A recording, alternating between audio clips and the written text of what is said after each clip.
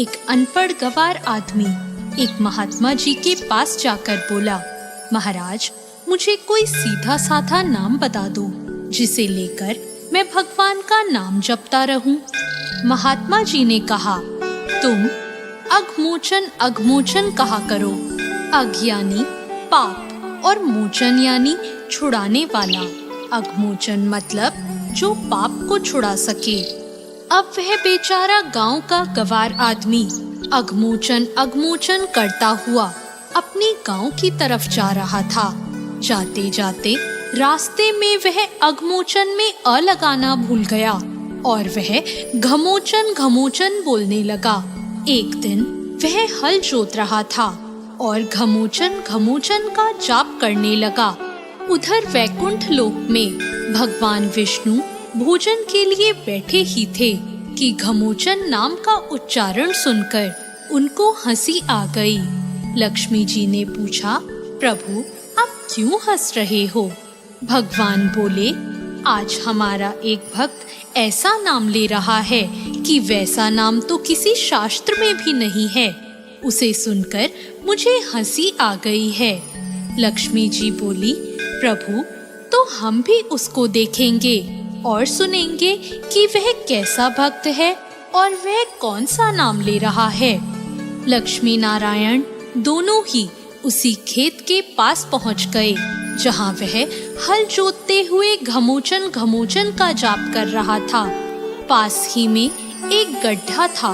भगवान स्वयं तो वहां जाकर छिप गए और लक्ष्मी जी ने एक औरत का रूप लेकर उस भक्त के पास जाकर पूछा, अरे, तू यह घमोचन घमोचन क्या बोले जा रहा है?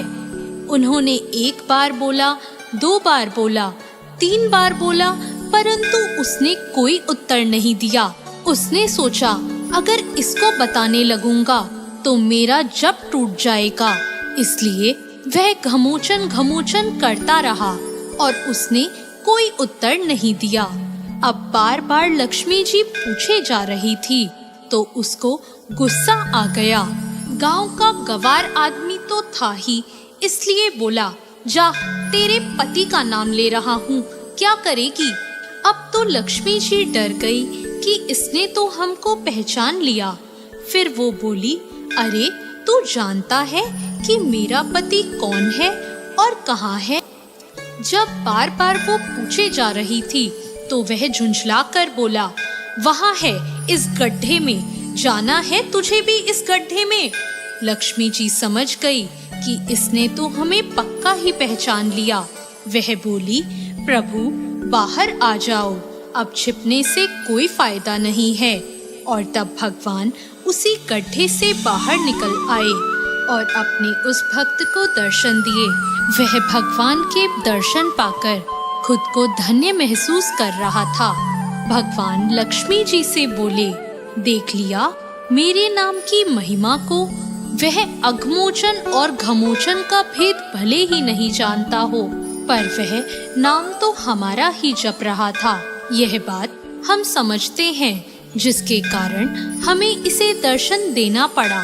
दोस्तों, भगवान का भक्त शुद्ध अशुद्ध, टूटे फूटे शब्दों में या गुस्से में भी भगवान का नाम लेता है, तब भी भगवान का मन उससे मिलने को ललायत हो उठता है और वह खुद को भक्त से मिलने से रोक नहीं पाते। दोस्तों, कैसी लगी आपको आज की ये कहानी?